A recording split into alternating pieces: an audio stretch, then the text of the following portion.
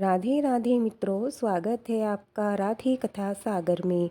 आज हम सुनेंगे गुरुवार व्रत की कथा, भगवान बृहस्पति देव की कथा। आइए चलते हैं कथा की ओर। प्राचीन समय की बात है। भारत में एक राजा राज्य करता था। वह बड़ा प्रतापी और दानी था। वह नित्य प्रति मंदिर में भगवान दर्शन करने जाता था। वह ब्राह्मण और गुरु की सेवा किया करता था। उसके द्वार से कोई भी याचक निराश नहीं लौटता था। वह प्रत्येक गुरुवार को व्रत रखता एवं पूजन करता, हर दिन गरीबों की सहायता करता। परंतु ये सब बातें उसकी रानी को अच्छी नहीं लगती थी। वह न व्रत करती और न किसी को एक पैसा दान में देती। वह राजा से भी ऐसा करने को मना किया करती थी। एक समय की बात है। राजा शिकार खेलने वन को चले गए। घर पर रानी और दासी थी। उस समय गुरु बृहस्पति साधु का रूप धारण कर राजा के दरवाजे पर भिक्षा मांगने आए। साधु ने रानी से भिक्षा मांगी तो वह कहने लगी, हे साधु महाराज, मैं इस दान और पुण्य से तंग आ चुकी हूँ। इस कार्य के लिए तो मेरे पति देव ही बहुत है। अब आप ऐसी कृपा करें, मेरा सारा धन नष्ट हो जाए और मैं आराम से रह सकूं। साधु रूपी बृहस्पति देव ने कहा, हे देवी, तुम बड़ी विचित्र हो। संतान और धन से कोई दुखी नहीं होता, इसको तो सभी चाहते हैं। पापी भी पुत्र और धन की इच्छा करता है। अगर तुम्हारे पास धन अधिक है तो भूखे मनुष्यों को भोजन करवाओ, प्याव लगवाओ, ब्राह्मणों को दान दो, कुएं धर्मशालाएं बनवाओ, बावड़ी बाग बगीचे आदि का निर्माण कराओ तथा निर्धनों की कुमारी कन्याओं का विवाह कराओ। साथ ही यह गादी करो। इस प्रकार के कर्मों से आपका कुल का और आपका नाम परलोक में सार्थक होगा एवं तुम्हें स्वर्ग की प्राप्ति होगी। परंतु रानी साधु की इन सब बातों से खुश नहीं हुई। उसने कहा, हे साधु महाराज, मुझे ऐसे धन की आवश्यकता नहीं जिसको मैं अन्य लोगों को दान देती फिरूं तथा जिसको रखने में और संभालने में मेरा सारा समय नष्ट हो जाए। साधु ने कहा, हे देवी, यदि तुम्हारी ऐसी इच्छा है तो जैसा मैं तुम्हें बता रहा हूँ तुम वैसा ही करना। बृहस्पतिवार के दिन घर आंगन को गोबर से लीपना, अपने केशों को पीली मिट्टी से धोना, केशों को धोते समय स्नान करना, राजा से कहना वे हजामत करवाए, भोजन में मांस मदीना खाना, कपड़े धोबी के यहाँ धुलने देना। इस प्रकार 7 बृहस्पतिवार तक करने से तुम्हारा सारा धन नष्ट हो जाएगा। ये कहकर साधु महाराज रूपी बृहस्पति देव अंतर ध्यान हो गए। रानी ने साधु के कहने के अनुसार 7 बृहस्पतिवार तक वैसा ही करने का विचार किया। साधु के बताए अनुसार कार्य करते हुए केवल 3 बृहस्पतिवार ही बीते थे कि उसकी समस्त धन संपत्ति नष्ट हो गई। भोजन के लिए दोनों समय परिवार तरसने लगा तथा सांसारिक भोगों से दुखी रहने लगा। तब राजा रानी से कहने लगा, हे रानी, तुम यहाँ पर रहो, मैं दूसरे देश को जाता हूँ, क्योंकि यहाँ पर मुझे सभी लोग जानते हैं। इसीलिए मैं यहाँ पर कोई छोटा काम नहीं कर सकता। मैं अब परदेश जा रहा हूँ, वहाँ कोई काम धंधा करूँगा, शायद हमारे भाग्य बदल जाए। ऐसा कहकर राजा परदेश चला गया। वह वहाँ जंगल से लकड़ी काट कर लाता और शहर में बेचता। इस तरह वह जीवन व्यतीत करने लगा। घर राजा के बिना रानी और दासी दुखी रहने लगी। किसी दिन भोजन मिलता और किसी दिन जल पीकर ही रहना पड़ता। एक समय रानी और दासी को 7 दिन बिना भोजन के व्यतीत करने पड़े। तो रानी ने अपनी दासी से कहा, हे दासी, यहाँ पास के नगर में मेरी बहन रहती है, बड़ी धनवान है। तुम उसके पास जाओ और वहाँ से 5 सेर भेजर मांग कर ले आओ, जिससे कुछ समय के लिए गुजारा हो जाएगा। दासी रानी की बहन के पास गई। रानी की बहन उस समय पूजा कर रही थी। बृहस्पतिवार का दिन था। दासी ने रानी की बहन से कहा, हे रानी, मुझे आपकी बहन ने भेजा है, मुझे 5 सेर भेजर दे दो। दासी ने यह बात अनेक बार कही, परंतु रानी की बहन ने कोई उत्तर नहीं दिया, क्योंकि वह उस समय बृहस्पतिवार की कथा सुन रही थी। जब दासी को रानी की बहन से कोई उत्तर नहीं मिला तो वह बहुत दुखी हुई। उसे क्रोध भी आया। वह लौटकर रानी से बोली, हे रानी, आपकी बहन बहुत घमंडी है, वह छोटों लोगों से बात नहीं करती। मैंने उससे कहा तो उसने कोई उत्तर नहीं दिया, मैं वापस चली आई। रानी बोली, हे दासी, उसमें उसका कोई दोष नहीं है। जब बुरे दिन आते हैं तब कोई सहारा नहीं देता। अच्छे बुरे का पता विपत्ति में ही लगता है। जो ईश्वर की इच्छा होगी वही होगा। ये सब हमारे भाग्य का दोष है। उधर रानी की बहन ने सोचा कि मेरी बहन की दासी आई थी, परंतु मैं उससे नहीं बोल पाई।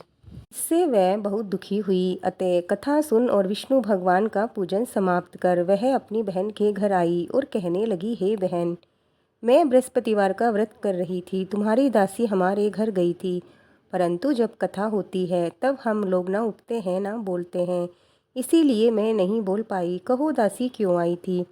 रानी बोली, बहन, हमारे घर अनाज नहीं है। वैसे तुमसे कोई बात छुपी नहीं है, इसी कारण मैंने दासी को तुम्हारे पास 5 सेर भेजर लेने भेजा था। रानी की बहन बोली, बहन देखो, बृहस्पति भगवान सबकी मनोकामना पूर्ण करते हैं। देखो शायद तुम्हारे घर में अनाज रखा हो। यह सुनकर दासी घर के अंदर गई। वहाँ उसे एक घड़ा भेजर का मिल गया। उसे बड़ी हैरानी हुई, क्योंकि उसने एक एक बर्तन देख लिया था। उसने बाहर आकर रानी को बताया। दासी अपनी रानी से कहने लगी, हे रानी देखो, वैसे हमको जब अन्न नहीं मिलता तो हम रोज ही व्रत करते हैं। अगर इनसे व्रत की विधि पूछ ली जाए तो हम भी व्रत कर लिया करेंगे। दासी के कहने पर रानी ने अपनी बहन से बृहस्पतिवार व्रत के बारे में पूछा। उसकी बहन ने बताया कि हे रानी बहन, बृहस्पतिवार को सूर्योदय से पूर्व उठकर स्नान करके बृहस्पतिवार का व्रत करना चाहिए, लेकिन उस दिन सिर नहीं धोना चाहिए। बृहस्पतिवार के व्रत में चने की दाल और मुनक्का से विष्णु भगवान का केले के वृक्ष की जड़ से पूजन करें तथा दीपक जलावें। उस दिन एक ही समय भोजन करें। भोजन पीले खाद्य पदार्थ का करें तथा कथा सुने। इस प्रकार करने से गुरु भगवान प्रसन्न होते हैं, अन्न पुत्र धन देते हैं। इस तरह व्रत और पूजन की विधि बताकर रानी की बहन अपने घर लौट गई। रानी और दासी दोनों ने निश्चय किया कि वे बृहस्पति देव भगवान का पूजन जरूर करेंगी। 7 दिन बाद जब बृहस्पतिवार आया तो उन्होंने व्रत रखा। गुड़साल में जाकर चना गुड़ बीन लाई तथा उसकी दाल से केले की जड़ में विष्णु भगवान का पूजन किया। अब भोजन कहाँ से आए? दोनों बड़ी दुखी हुई, परंतु उन्होंने व्रत किया था, इसी कारण बृहस्पति देव भगवान प्रसन्न थे। वे एक साधारण व्यक्ति के रूप में 2 थालों में सुंदर पीला भोजन लेकर आए और दासी को देकर बोले, हे दासी, ये भोजन तुम्हारे और रानी के लिए है, तुम दोनों भोजन करो। दासी भोजन पाकर बड़ी प्रसन्न हुई और रानी से बोली, रानी जी भोजन कर लो। रानी को भोजन आने के बारे में कुछ नहीं पता था, इसीलिए वह दासी से बोली, जाओ तुम ही भोजन करो, तू मेरी व्यर्थ हंसी उड़ाती है। दासी बोली, अभी एक व्यक्ति भोजन दे गया है। रानी कहने लगी, वो भोजन तेरे लिए दे गया है, तू ही भोजन कर। दासी ने कहा, वह व्यक्ति हम दोनों के लिए 2 थालों में भोजन दे गया है, इसीलिए मैं और आप दोनों ही साथ साथ भोजन करेंगे। फिर दोनों ने गुरु भगवान को नमस्कार कर भोजन प्रारंभ किया। उसके बाद से वे प्रत्येक बृहस्पतिवार को गुरु भगवान का व्रत और पूजन करने लग गई। बृहस्पति भगवान की कृपा से उनके पास धन हो गया, परंतु रानी फिर पहले की तरह आलस्य करने लग गई। तब दासी बोली, देखो रानी, तुम पहले भी इसी प्रकार के आलस्य करती थी, तुम्हें धन के रखने में कष्ट होता था, इसी कारण सभी धन नष्ट हो गया है। अब गुरु भगवान की कृपा से हमें धन मिला है तो फिर तुम्हें आलस्य हो रहा है। बड़ी मुसीबतों के बाद हमने ये धन पाया है, इसीलिए हमें दान पुण्य करना चाहिए। तुम भूखे मनुष्यों को भोजन करवाओ, प्याव लगवाओ, ब्राह्मणों को दान दो, कुआं तालाब बावड़ी आदि का निर्माण कराओ, मंदिर पाठशाला बनाकर दान दो, कुंवारी कन्याओं का विवाह कराओ, धन को शुभ कार्यों में खर्च करो, जिससे तुम्हारे कुल का यश बढ़े तथा स्वर्ग प्राप्त हो और प्रीत प्रसन्न हो। दासी की बात मानकर रानी ने इसी प्रकार के कर्म करने प्रारंभ किए, जिससे उनका काफ़ी यश फैलने लग गया। एक दिन रानी और दासी आपस में विचार करने लगी, न जाने राजा किस दशा में होंगे, उनकी कोई खोज खबर नहीं है। गुरु भगवान से उन्होंने प्रार्थना की और भगवान ने रात्रि में राजा को सपने में कहा, हे राजा उठ, तेरी रानी तुझको याद करती है, अब अपने देश लौट जा। राजा प्रातःकाल उठकर जंगल से लकड़ियां काटकर लाने के लिए जंगल की ओर चल पड़ा। जंगल से गुजरते हुए सोचने लगा, रानी की गलती से कितने दुख भोगने पड़ रहे हैं। राजपाट छोड़कर उसे जंगल में आकर रहना पड़ा। जंगल से लकड़ी काटकर उन्हें बेचकर गुजारा करना पड़ा। उसी समय उस जंगल में बृहस्पति देव एक साधु का रूप धारण कर आए और राजा के पास आकर बोले, हे लकड़हारे, तुम इस सुनसान जंगल में किस चिंता में बैठे हो, मुझे बतलाओ। ये सुन राजा के नेत्रों में जल भर आया और साधु की वंदना करके बोला, हे प्रभु, आप तो सब कुछ जानने वाले हैं। इतना कहकर राजा ने साधु को अपनी संपूर्ण कहानी सुना दी। महात्मा तो स्वभाव से दयालु होते हैं। वे राजा से बोले, हे राजा, तुम्हारी पत्नी ने बृहस्पति देव के प्रति अपराध किया था, जिसके कारण तुम्हारी ये दशा हुई है। अब तुम किसी प्रकार की चिंता मत करो, भगवान तुम्हें पहले से अधिक धन देंगे। देखो, तुम्हारी पत्नी ने बृहस्पतिवार का व्रत करना प्रारंभ कर दिया है। अब तुम भी बृहस्पतिवार का व्रत करके चने की दाल व गुड़ और जल को लोटे में डालकर केले के पत्ते से भगवान विष्णु का पूजन करो। फिर कथा कहो और सुनो। भगवान तुम्हारी सभी मनोकामनाएं पूर्ण करेंगे। साधु को प्रसन्न देखकर राजा बोला, हे प्रभु, मुझे लकड़ी बेचकर इतना पैसा नहीं बचता जिससे भोजन करने के उपरांत कुछ बचा सकूं। मैंने रात्रि में अपनी रानी को व्याकुल देखा है। मेरे पास कोई साधन नहीं जिससे समाचार जान सकूं। फिर मैं बृहस्पतिवार को कौन सी कहानी कहूँ या सुनूं, मुझको कुछ नहीं मालूम। साधु ने कहा, हे राजा, तुम किसी बात की चिंता मत करो। बृहस्पतिवार के दिन तुम रोजाना की तरह लकड़ी लेकर शहर में जाओ। तुम्हें रोज से 2 गुना धन प्राप्त होगा, जिससे तुम भली भांति भोजन कर लोगे तथा बृहस्पति देव की पूजा का सामान भी आ जाएगा। बृहस्पति देव की कथा इस प्रकार है। प्राचीन काल में एक बहुत ही गरीब ब्राह्मण रहा करता था। उसकी कोई संतान नहीं थी। वह नित्य पूजा पाठ करता, परंतु उसकी स्त्री बड़ी मलिनता के साथ रहा करती थी। वह न स्नान करती, न किसी देवता का पूजन करती। प्रातःकाल उठते ही सर्वप्रथम भोजन करती, बाद में कोई अन्य काम करती। ब्राह्मण देवता बहुत दुखी थे। पत्नी को बहुत समझाते, किंतु उसका कोई परिणाम नहीं निकला।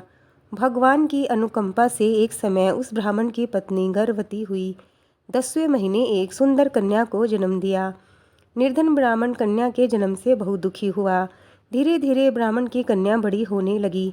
बचपन से कन्या की रुचि भगवान विष्णु की पूजा में थी। वह प्रातःकाल उठते ही स्नान आदि करके भगवान विष्णु की पूजा करने मंदिर में जाया करती थी।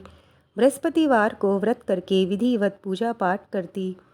पूजा पाठ के बाद वह पढ़ने के लिए पाठशाला में जाती। घर से चलते हुए वह मुट्ठी भर जौ साथ लेकर जाती और पाठशाला के रास्ते में थोड़े थोड़े जौ गिराती जाती थी। जब वह पाठशाला से घर लौटती तो जौ के वह दाने सोने में बदले हुए मिलते थे। लड़की सभी सोने के दाने बीन लाती थी। एक दिन जब वह सोने के दानों को साफ कर रही थी तो उसकी माँ ने कहा, बेटी, सोने के दाने साफ करने के लिए सोने का सूप भी होना चाहिए। अगले दिन बृहस्पतिवार था। उसने भगवान बृहस्पति देव की पूजा करते हुए प्रार्थना की, हे भगवान, यदि मैंने आपका व्रत विधिवत किया हो तो मुझे सोने का सूप दे दो। भगवान बृहस्पति देव ने उसकी मनोकामना पूरी करने का वचन दिया। पाठशाला से लौटते समय उसे रास्ते में सोने का सूप पड़ा हुआ मिला। घर लौटकर सोने का सूप अपनी माँ को दिखाकर वह सोने के दाने साफ करने लग गई। उसी समय नगर का राजकुमार उसके घर के पास से गुजरा। उस सुंदर लड़की को सोने के सूप में जौ साफ कर देख राजकुमार उस पर मोहित हो गया। महल में लौटकर राजकुमार ने राजा से उस लड़की से विवाह करने की इच्छा प्रकट की तो राजा ने ब्राह्मण को महल में बुलाकर राजकुमार से उसकी लड़की के विवाह की बात कही। ब्राह्मण तैयार हो गया। धूमधाम से उस लड़की का विवाह राजकुमार से हो गया। दुल्हन बनकर ब्राह्मण की लड़की महल में चली गई। लड़की के चले जाने से ब्राह्मण फिर निर्धन हो गया। उसे कई कई दिन भोजन नहीं मिलता था। बहुत दुखी होकर ब्राह्मण एक दिन अपनी लड़की के पास गया। अपने पिता का निर्धनता का समाचार सुनकर उसे बहुत सा धन देकर पिता को विदा किया। उस धन से ब्राह्मण के कुछ दिन तो आराम से गुजर गए, लेकिन जल्दी ही फिर भूखों मरनों की हालत हो गई। ब्राह्मण अपनी लड़की से धन लेने के लिए फिर महल में पहुंचा। लड़की ने पिता की बुरी हालत देखकर कहा, पिताजी, आखिर आप कब तक मुझसे धन लेकर जीवन यापन करेंगे? आप कोई ऐसा उपाय क्यों नहीं करते जिससे आपका घर धन संपत्ति से भर जाए। ब्राह्मण ने कहा, मैंने तुम्हारी माँ को बहुत समझा लिया, पर उसकी समझ में कुछ नहीं आता। उसका फुक्कड़पन नष्ट हो तो घर की निर्धनता भी दूर हो जाए। तब कुछ सोचकर लड़की ने अपने पिता से कहा, पिताजी, आप कुछ दिनों के लिए माँ को मेरे पास छोड़ जाओ। तब कुछ सोचकर ब्राह्मण पत्नी को लड़की के पास महल में छोड़ आया। लड़की ने अपनी माँ से कहा, माँ, तुम प्रातःकाल उठकर स्नान आदि करके भगवान विष्णु जी की पूजा अवश्य करना। पूजा करने से तुम्हारी निर्धनता अवश्य दूर हो जाएगी। लेकिन उसकी माँ ने उसकी कोई बात नहीं मानी। तब क्रोधित होकर लड़की ने अपनी माँ को एक कक्ष में बंद कर दिया। सूर्य उदय के समय माँ को उठाकर जबरदस्ती उसे स्नान कराया और फिर मंदिर में ले जाकर भगवान बृहस्पति देव की पूजा कराई। कुछ दिनों तक ऐसा करने से माँ की बुद्धि में परिवर्तन हुआ। वह स्वयं बृहस्पतिवार का व्रत रखने लग गई। उसके व्रत रखने से ब्राह्मण के घर में भगवान विष्णु की अनुकंपा से धन की वर्षा होने लगी। दोनों पति पत्नी धन संपत्ति पाकर आनंद पूर्वक जीवन यापन करते हुए विष्णु धाम को चले गए। लकड़हारा बने राजा ने उन साधु से भगवान बृहस्पति देव की ये कथा सुनकर बृहस्पतिवार का व्रत करके भगवान विष्णु की पूजा की। उस दिन से उसके सभी कलेश दूर हो गए। लेकिन अगले बृहस्पतिवार को काम काज में अधिक व्यस्त रहने के कारण उसने भगवान बृहस्पति देव जी का व्रत नहीं किया। भगवान बृहस्पति देव लकड़हारे से क्रोधित हो गए और उसे भूल की सजा दी। उस दिन नगर के राजा ने नगर में घोषणा करके सबको सूचित किया, प्रत्येक नागरिक मेरे महल में भोजन करने आएगा। जो नहीं आएगा उसे अपराधी मानकर भारी दंड दिया जाएगा। लकड़हारा बने राजा ने उस नगर के राजा की घोषणा तो सुनी, लेकिन जंगल से लकड़ी काटकर लाने और उन्हें बेचने में देर हो जाने के कारण वह समय पर महल में भोजन करने नहीं जा सका। अतः राजा के सैनिक लकड़हारे को पकड़कर महल में ले गए। राजा ने उसे महल में एक कक्ष में बैठाकर भोजन कराया। उस कक्ष में एक खूंटी पर रानी का सोने का हार टका हुआ था। लकड़हारा अकेला उस कक्ष में भोजन कर रहा था। तभी उसने एक आश्चर्यजनक घटना घटती देखी। देखते ही देखते वह खूंटी हार को निगल गई। थोड़ी देर के बाद राजा ने हार को गायब देखा तो लकड़हारे को कारावास में डाल दिया। लकड़हारा मन ही मन अपने भाग्य को कोसने लगा। तभी उसे जंगल में मिले साधु का स्मरण हो आया। थोड़ी देर में भगवान बृहस्पति देव सन्यासी के रूप में उसके सामने प्रकट हुए और कहा, हे लकड़हारे, तूने भगवान बृहस्पति देव की पूजा नहीं की, इसी कारण तुम्हें यह कष्ट हुआ है।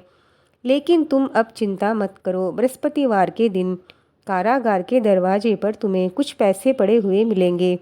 उन पैसों से भगवान बृहस्पति देव जी का व्रत करके उनकी पूजा करोगे तो तुम्हारे सब दुख दूर हो जाएंगे।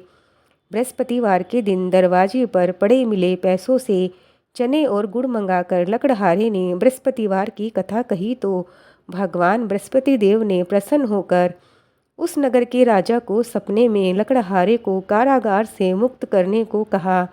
सुबह राजा ने अपने कक्ष में आकर देखा तो खूंटी पर रानी का हार टका हुआ था। राजा ने लकड़हारे को मुक्त कर दिया और उसे धन आभूषण देकर विदा किया। लकड़हारा बना राजा उस नगर से चलकर अपने नगर में पहुंचा तो कुएं, धर्मशालाएं, बाग बगीचे देखकर बड़ा प्रसन्न हुआ। राजा ने किसी से पूछा, ये कुएं, धर्मशालाएं किसने बनवाई है? सबने उसे बताया कि ये सब रानी और उसकी दासी ने बनवाए हैं। राजा महल में पहुंचा तो रानी ने उसका भव्य स्वागत किया। तब राजा ने निश्चय किया कि सप्ताह में एक बार तो सभी बृहस्पति देव का व्रत तथा पूजन करते हैं, परंतु मैं प्रतिदिन व्रत किया करूँगा तथा दिन में 3 बार कथा कहूँगा। अब राजा हर समय दुशाले में चने की दाल बांधे रहता तथा दिन में 3 बार बृहस्पतिवार की कथा कहता। कुछ दिनों के बाद राजा को अपनी बहन की याद आई। एक दिन घोड़े पर सवार होकर राजा अपनी बहन से मिलने चल दिया। अभी राजा नगर के बाहर पहुंचा ही था कि उसने कुछ लोगों को एक शव को ले जाते हुए देखा। राजा को स्मरण हो आया कि आज उसने किसी को बृहस्पतिवार की व्रत कथा नहीं सुनाई। राजा ने उन लोगों को रोककर कहा, भाइयों, आप शव को ले जाने से पहले मुझसे बृहस्पतिवार की कथा सुन लो। लोगों ने राजा पर क्रोध होते हुए कहा, तुम पागल हो गए हो क्या? लेकिन कुछ बड़े बूढ़े लोगों ने कहा, अच्छा भाई, साथ में चलते चलते हम तुम्हारी कथा भी सुन लेंगे। राजा ने चलते हुए आधी कथा ही सुनाई थी कि शव हिलने लगा। राजा के पूरी कथा सुनाते ही शव उठकर बैठ गया। लोगों ने हैरानी से दांतों तले उंगली दबाई और अगले बृहस्पतिवार से भगवान बृहस्पति देव का व्रत करने वे कथा सुनने का निश्चय कर लिया। अब घोड़े पर सवार राजा चलते हुए एक किसान के पास पहुंचा। किसान अपने खेत में हल चला रहा था। राजा ने कहा, अरे भाई, मुझसे बृहस्पतिवार की कथा सुन लो। किसान झुंझलाकर बोला, अरे भाई, देख नहीं रहे हो, जितनी देर तक तुम्हारी कथा सुनूंगा उतनी देर में पूरे खेत में हल चला लूँगा। राजा निराश होकर चलने लगा। तभी किसान के बैल लड़खड़ाकर जमीन पर जा गिरे। किसान के पेट में भी जोरों का दर्द होने लगा। उस किसान की पत्नी जब खाना लेकर आई तो उसने किसान से इस बारे में पूछा। किसान ने घुड़सवार की पूरी कहानी सुनाई। किसान की पत्नी दौड़ती हुई राजा के पास पहुंचकर हाथ जोड़कर बोली, भैया, मैं तुम्हारी कथा सुनने को तैयार हूँ। राजा ने उसके साथ खेत पर पहुंचकर बृहस्पतिवार की कथा सुनाई। तभी बैल उठकर खड़े हो गए। किसान के पेट का दर्द भी तुरंत ठीक हो गया। राजा अपनी बहन के घर पहुंचा तो उसकी बहुत आओ भगत हुई। अगले दिन सुबह उठकर राजा ने देखा घर के सभी लोग भोजन कर रहे हैं। किसी भूखे को बृहस्पतिवार की कथा सुनाए बिना राजा भोजन नहीं करता था। उसने बहन से कहा, बहन, क्या घर में ऐसा कोई व्यक्ति है जिसने अभी तक भोजन नहीं किया हो? उसकी बहन बोली, भैया, हमारे घर में तो क्या, आपको पूरे नगर में ऐसा कोई व्यक्ति नहीं मिलेगा जिसने सुबह सुबह भोजन नहीं किया हो। तब राजा ने बहन के घर से निकलकर उस नगर में बिना भोजन किए व्यक्ति की तलाश की। एक कुम्हार के घर में उसका बेटा बीमार होने के कारण भूखा रह गया था। राजा ने उसको जाकर बृहस्पतिवार की कथा सुनाई। कथा सुनते सुनते कुम्हार का बीमार बेटा बिल्कुल ठीक हो गया। सबने राजा की बहुत प्रशंसा की। एक दिन राजा ने अपनी बहन से कहा, बहन, अब हम अपने घर जाना चाहते हैं, तुम भी हमारे साथ चलो, कुछ दिन वहाँ रहकर लौट आना। राजा की बहन ने अपनी सास से पूछा तो सास ने ताने देते हुए कहा, बहू, मायके जाना तो अकेले जाना, मेरे पोतों को नहीं लेकर जाना। तुम्हारे भाई के कोई भी संतान नहीं है, कहीं तुम्हारी भाभी मेरे पोतों पर कोई जादू टोना न कर दे। दूसरे कक्ष में बहन की सास की बातें सुनकर राजा दुखी मन से अकेला ही अपने नगर को लौट आया। रानी ने राजा से कहा, आप तो अपनी बहन को साथ लेने की बात कहकर गए थे, फिर बहन को साथ क्यों नहीं लाए? तब राजा ने दुखी होते हुए कहा, रानी, हम निसंतान हैं, इसीलिए कोई हमारे घर आना पसंद नहीं करता। रानी ने राजा को समझाया कि हे प्राणनाथ, हमें बृहस्पति देव ने सब कुछ दिया है, अब भगवान बृहस्पति देव हमें संतान अवश्य देंगे। बृहस्पतिवार को विधिवत व्रत करते हुए राजा रानी ने भगवान बृहस्पति देव से संतान के लिए प्रार्थना की। कुछ दिनों के बाद उन्होंने सपने में दर्शन देते हुए कहा, हे राजन, तेरी मनोकामना अवश्य पूरी होगी। एक सप्ताह बाद रानी गर्भवती हो गई। 10वें महीने रानी ने एक सुंदर पुत्र को जन्म दिया। राजा रानी जीवन पर्यंत बृहस्पतिवार का व्रत करते रहे। उनके घर में धन की वर्षा होती रही। इस तरह आनंद पूर्वक जीवन यापन करते हुए राजा रानी भगवान बृहस्पति देव की अनुकंपा से मोक्ष को प्राप्त करके सीधे बैकुंठ धाम पहुँच गए। बृहस्पतिवार को विधिवत व्रत करके जो स्त्री पुरुष भगवान विष्णु जी की पूजा करते हैं, भगवान उसकी सभी मनोकामनाएं पूरी करते हैं। बोलो बृहस्पति देव की जय। मित्रों, ये कथा यहीं पूर्ण होती है। भगवान विष्णु जी की कृपा आप सब पर बनी रहे। आपको आज की कथा कैसी लगी हमें लाइक कमेंट करके ज़रूर बताएं। मिलते हैं और एक नई कथा के साथ। तब तक के लिए जय श्री कृष्णा, जय श्री राधे।